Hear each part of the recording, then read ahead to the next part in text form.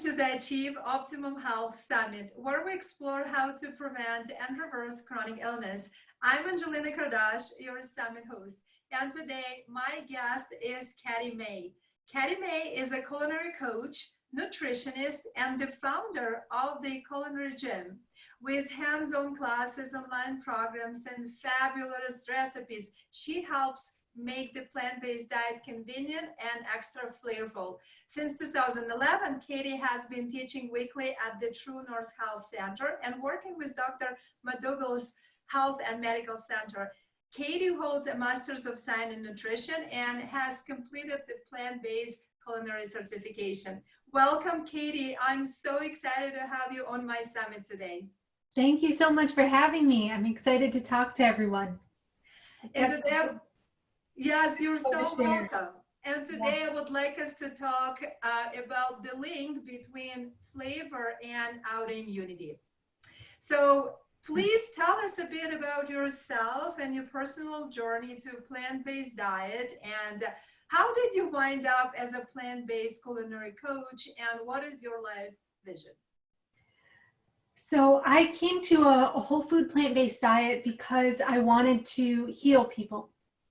I studied human biology as my undergrad degree, and I wanted to be a doctor. But when I had this big aha moment over food was actually what was healing people, and it was causing the disease, I thought if I could be in the kitchen, a little more fun than a surgery room, and I could be going at the root cause and helping people prevent the disease instead of just having to treat it.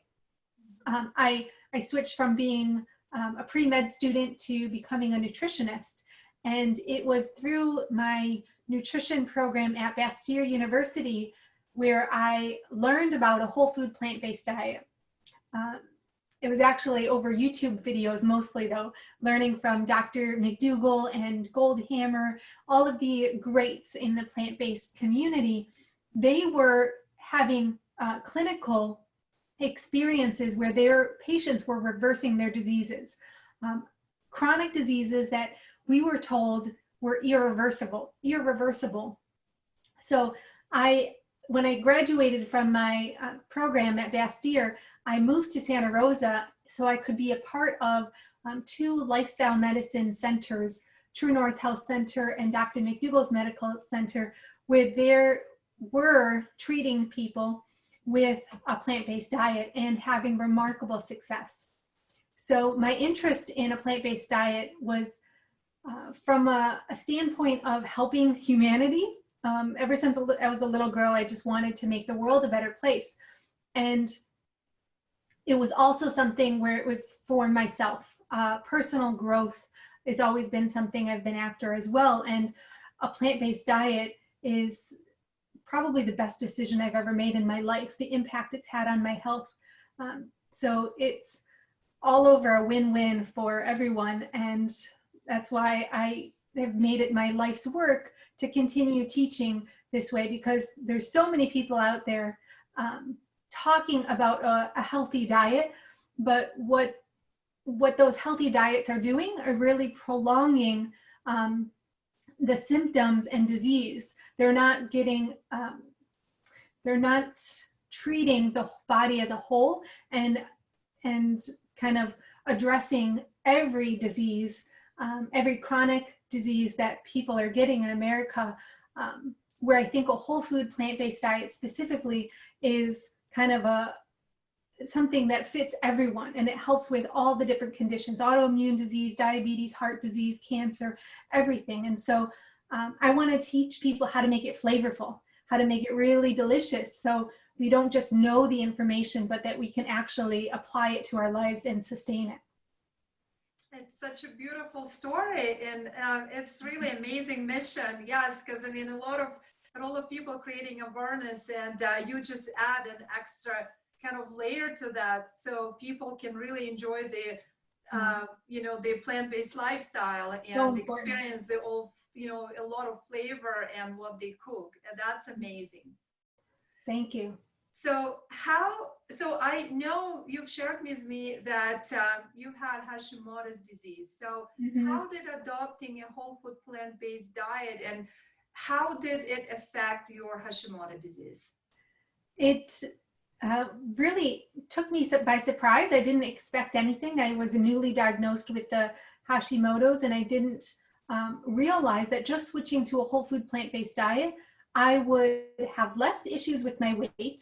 Difficulty losing weight is one of the symptoms with Hashimoto's, but I also saw other symptoms go down, like my sensitivity to cold, the hair loss, just all these other symptoms that I was dealing with, even though I was on a medication, and the medication helped. But when I went to a plant-based diet, those symptoms were improved so much that I was able to drop my medication level, cut it in half. I went from 200 micrograms to 100 micrograms of levothyroxine. So it was really fantastic. That's amazing. Do you also practice water fasting? I do, but I didn't. I did a 5-day water fast when I was first plant-based, and that was interesting and hard. And then just last year, I did a 14-day water fast at TrueNorth Health Center, and it's really remarkable, the experience. I wish I could do it every year. Yes, I know. I've experienced remarkable results myself being at the clinic. Yes. Oh, yes. I forgot you had been there. Yeah, I've been How there. long was your water fast? I did 10 days water fast, and my blood test results just dramatically improved after the water fast. So that was amazing, amazing experience, and I got extraordinary results after that. Yes. I'd love to see results specifically around autoimmune conditions with fasting. Right, right. So did you also go gluten-free? And tell us how, to your opinion, gluten affect autoimmune thyroid issues. I did go gluten-free, and this was really pivotal for my journey for a few reasons.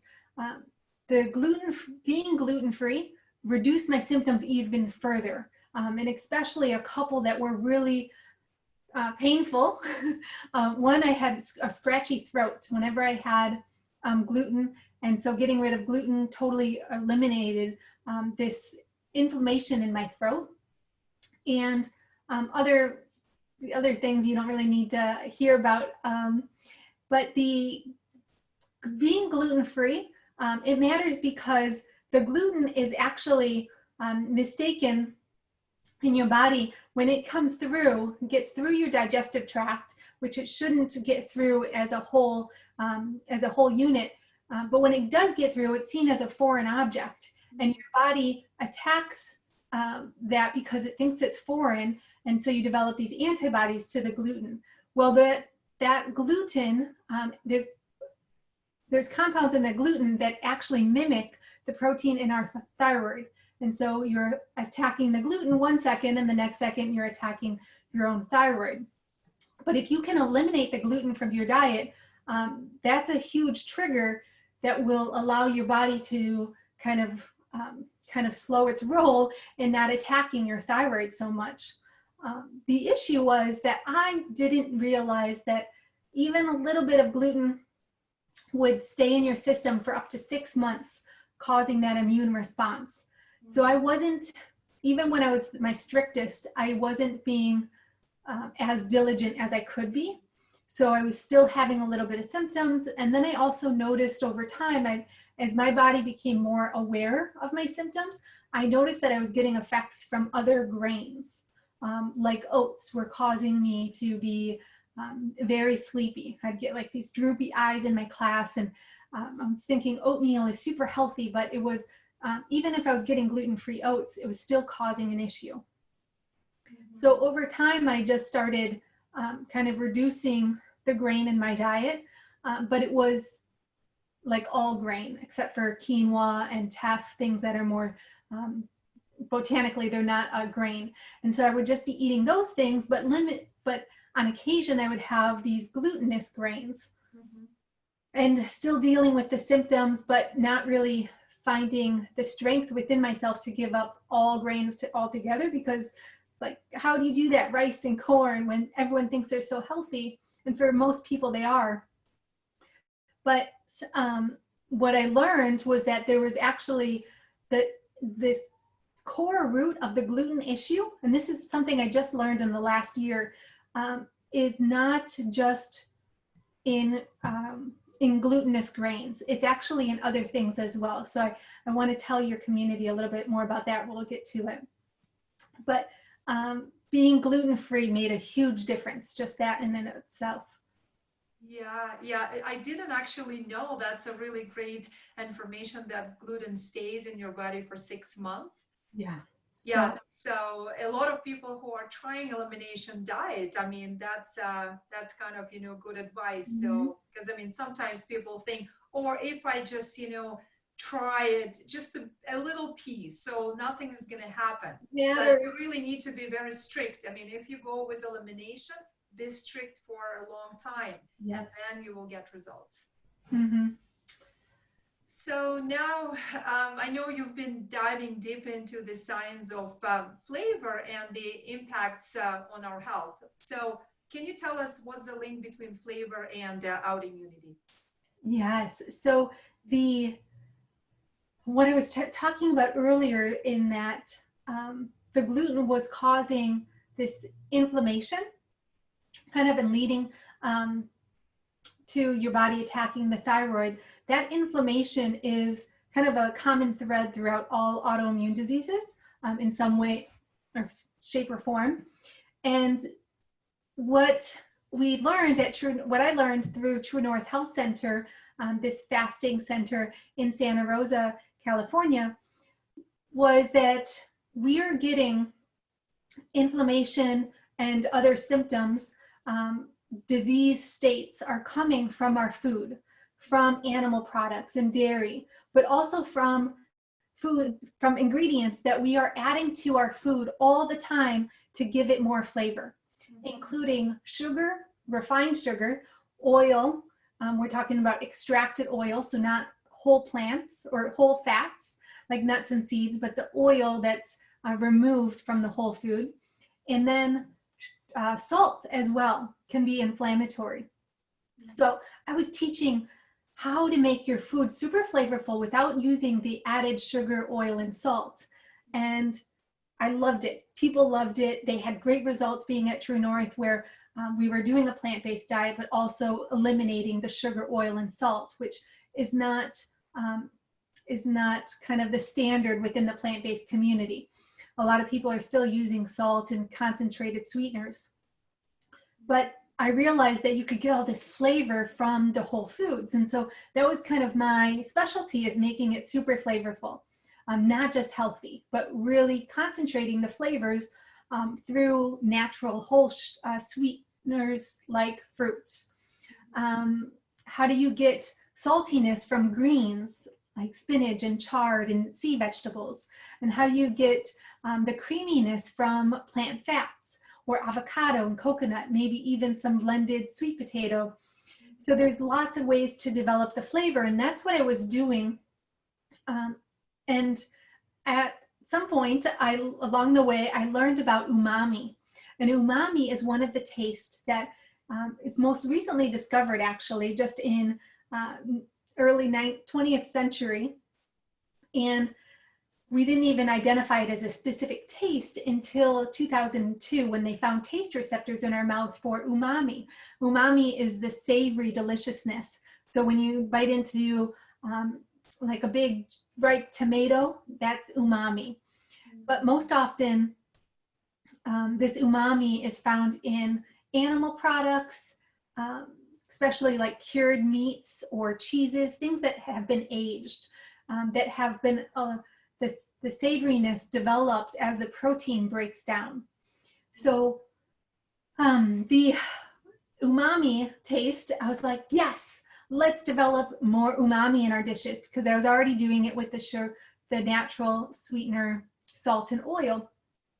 How do we do it with umami? And so I was adding more nutritional yeast, cooking my food, using tempeh instead of tofu because that tempeh is more fermented and it has more umami.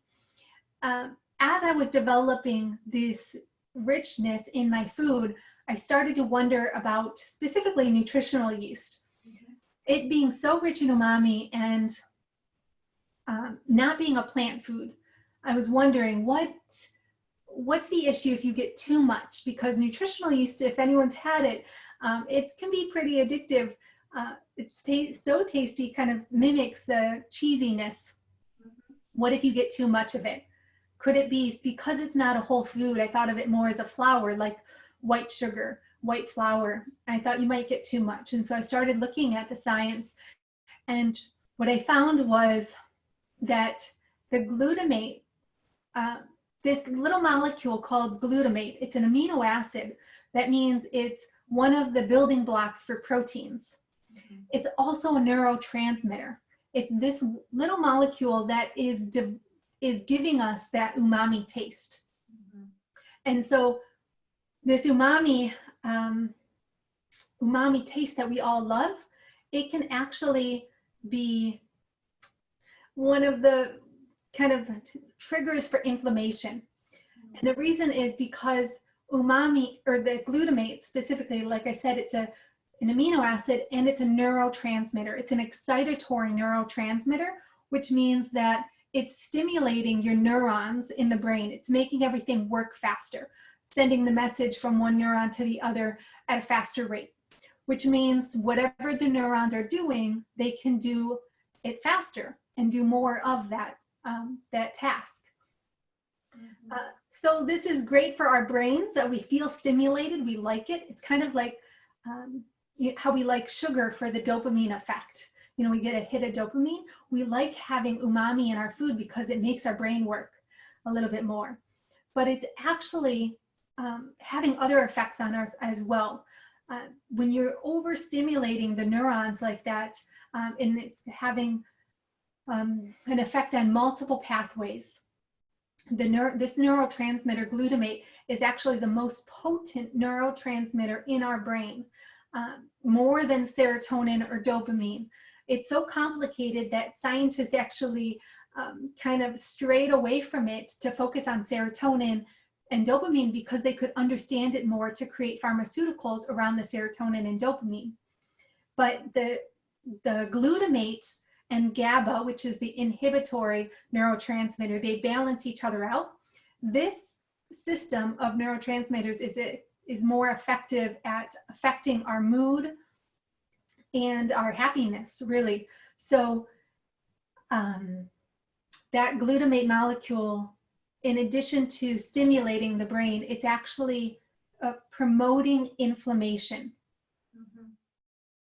Now, I'm saying that this molecule that is so prevalent in our brain, glutamate, we actually make it, so we don't need to get it from our food, but we do get it an abundant amount in our food.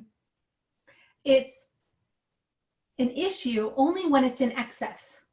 Mm-hmm. So just like sugar, people throw that term around kind of nonchalantly, but it means something very different if we're talking about sugar from whole food, like fruit, or if we're talking about the white sugar or the corn syrup that's been highly processed. Right. The same is true with glutamate. So glutamate is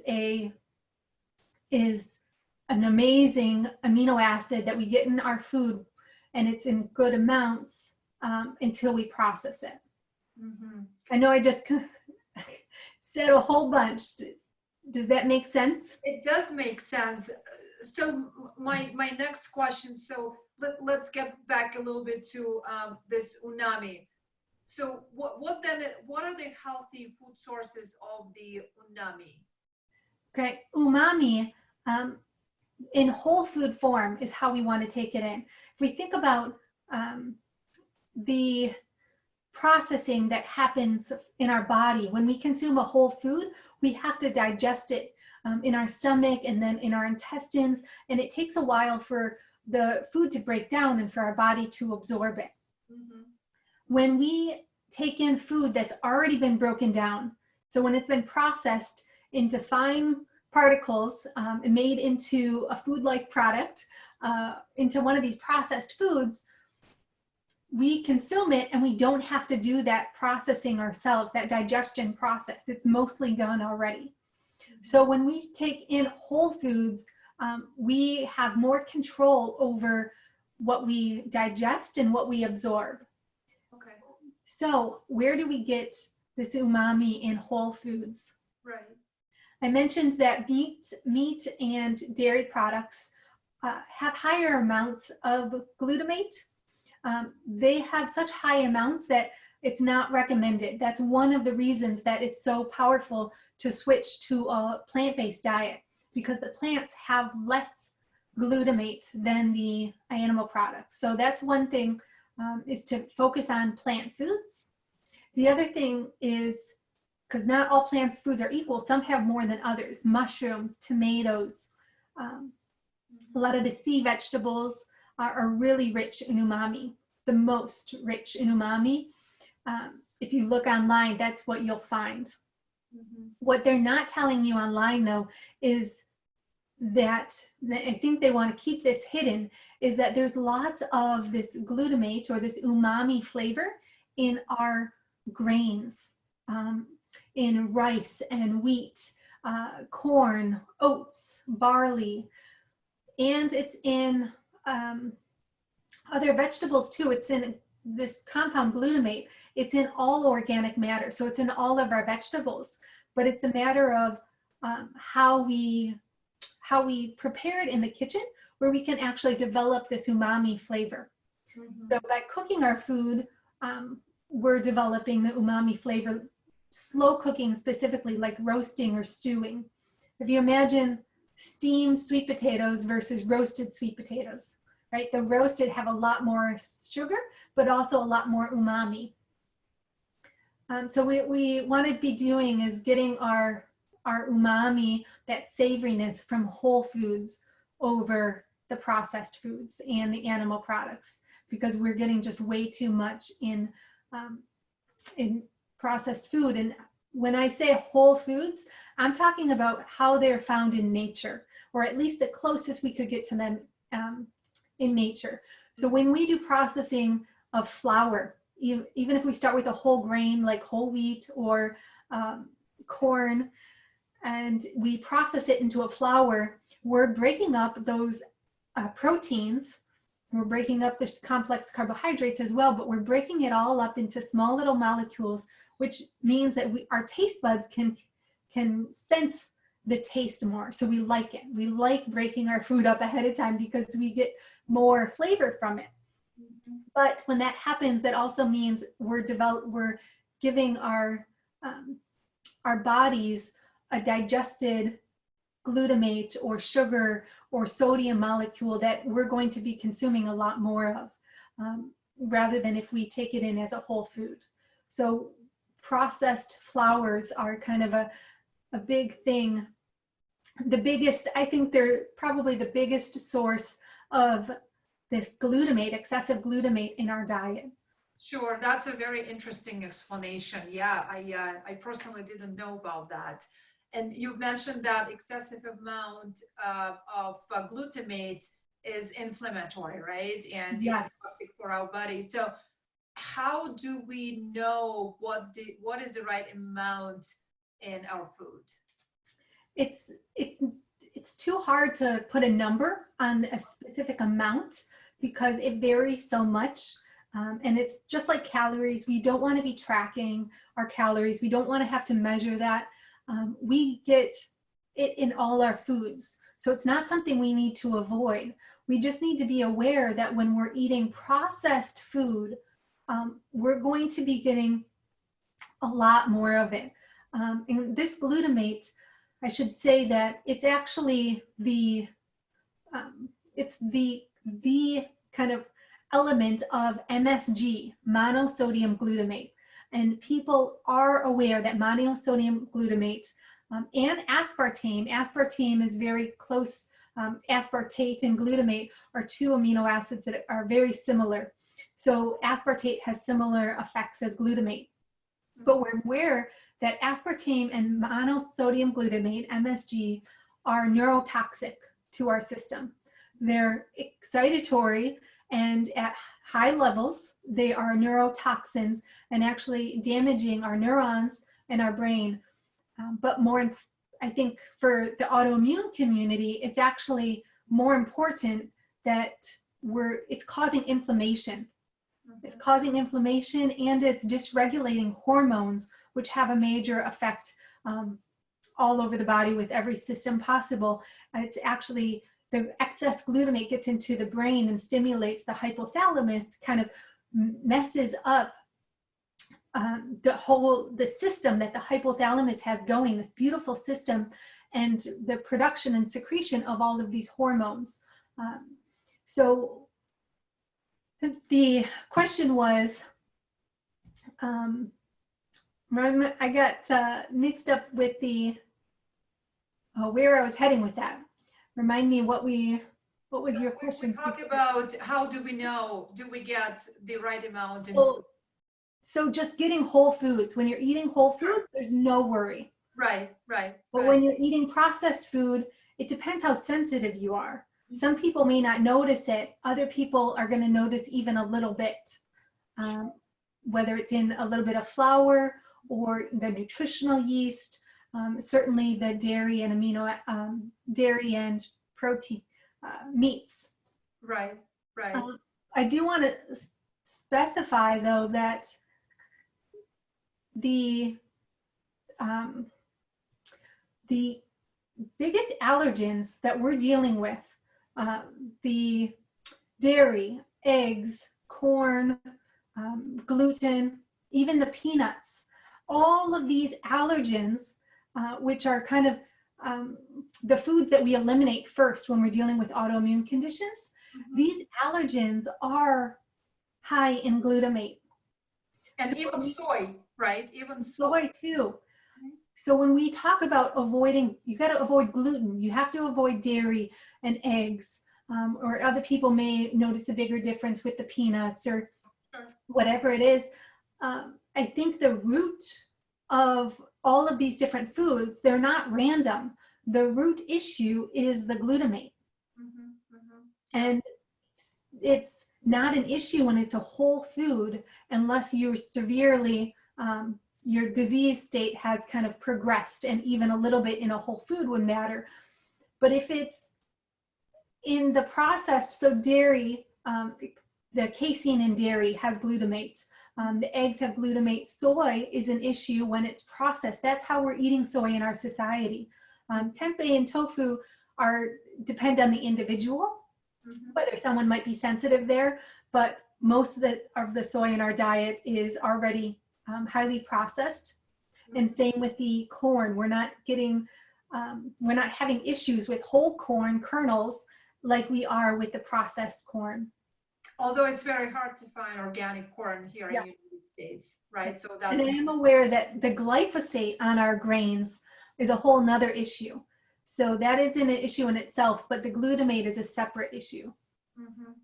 So in your opinion, what do you think is the most important thing if someone can do to help their autoimmune condition? Hands down, moving to a whole food, plant-based diet. An emphasis on the whole. It doesn't have to be vegan. If someone's not ready to go vegan, I'm not saying it has to be 100% plants, but you want to have the majority of your calories coming from whole plant foods, because you can't leave it up to the food industry, basically digesting your food and then when you take it in, you have no control over how your body absorbs it. So we want to be letting our body do what it's supposed to do, digest that food itself and take in what it wants to take in, and then it can eliminate the rest. Absolutely. So my next question to you as a culinary coach. So can you give some of your top tips for those who are wishing to eat more plant-based? Any secrets, any tips, whatever you can recommend? So I would recommend learning how to prepare food. And that's exactly what you're asking, are the top tips. But my first tip is to really get into the kitchen and practice. show up and just build your strength. I say your kitchen fitness, so that it becomes easier to do and you have more skill and creativity right there at your disposal, because it makes a huge difference just to have that overall kitchen fitness. As far as tips, one of my favorite things is just building and layering flavor. So I mentioned the taste we are trying to get in our food, and how do we develop that from whole foods. Well, think about when you're making a big, whether it's a big salad or a big stir fry, think about the different tastes that you have. There's the sweetness, sour, salty, bitter, and the umami, the savoriness. The best dishes are when we can do a combination of the different tastes. It doesn't have to be all 5, but if you could get at least like 3 of the different tastes into your food, and different texture and different colors. So developing the texture and the taste, that profile is going to give your mouth more stimulation, more variety. You'll enjoy the dish a lot more. That's what they're doing in the restaurants. They're so skilled at putting all of those together so that you enjoy it. But you can do that in your home with whole foods. So I teach a cooking course, a 6-week cooking course, where people learn. We go through everything from detoxing your kitchen, clearing out the cupboards, to kind of learning how to use fats to make things rich and creamy, and everything in between with knife skills and the Instant Pot. Learning how to do breakfast, lunch, and dinner in a way that fits with your taste buds, your preferences, and your kind of needs from a health standpoint as well, because that can vary from person to person. I think just figuring out how you can learn, whether it's through YouTube videos or I give a weekly cooking show for free, however you can learn on an ongoing basis, continue to develop those skill set, is going to be much better than just hearing a couple tips here and there. So I just want to emphasize that it's worth getting out your cookbooks, because a lot of people have those cookbooks piled up and they just sit there. Just pull out the recipe and get in the kitchen and start preparing it, figuring out what you like. Yeah, and the adoption process is actually very fast. I just know it based on my experience. I mean, when I switched to a whole food plant-based diet, and I'm raw vegan, so I mean, I learned how to prepare food in the way of the raw, being raw. So, and as soon as you get into that, within a week, you develop your skills, and it's not hard. It's actually it's not hard and enjoyable, and you develop an amazing sense of flavor just by eating raw fruits and veggies. Not necessarily raw. I'm just talking about my personal experience, but the whole food diet is the most flavorful, and if you learn how to add a lot of spices into your food, and I personally learned, I love TrueNorth Health Institute cooking classes. I attended your class while I was there, and Chef Casey, right? His name is Chef Ramses. Chef Ramsey, yeah. So that was amazing, learning about the whole preparation of the sauces, and really how you can enhance your flavor just with mixing, avocado and adding that to the sauce, so to create this, creamy base without any oil and sugar. So that was amazing. So it's not hard. You're absolutely right. You just need to get into that and start practicing. I want to mention another piece, because you mentioned the raw aspect.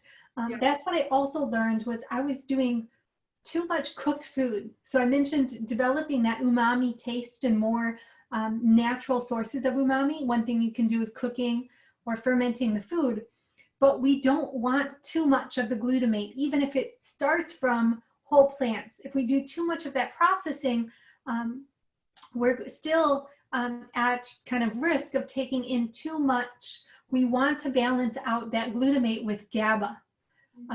And the GABA, we increase GABA, which is the inhibitory, the calming, the peaceful neurotransmitter that makes us feel good. We can increase the GABA by getting in more raw food. raw food and greens and beans as well. Yes. We definitely don't want to just try to get as much flavor as possible from the umami and the processing, even if it's done in your home of the food. We want to balance that with the food as it's found in nature. So I think it's really great to do all raw or a lot of raw food. Yes. So Katie, where our viewers can find you? I know that your website is the culinarygym.com, Yes. right? Oh, what is there? You share with us your free gift. So tell us about the free gift. Yes, I have an ebook for you that is, I made this a couple years ago, and it is tips on how to add in the natural sweetness, saltiness, and creaminess without using sugar, oil, or salt. It doesn't have, what it needs to have now is a page just dedicated to developing the umami in our food. So that'll come next. But this tip book is great. I think your viewers will really like it. That's awesome. Thank you so much for sharing that. And thank you, Katie, for being with us today and sharing your knowledge, experience, and wisdom with us. It was my pleasure. Thank you for doing this beautiful summit. I'm really excited to watch and learn from all of your speakers.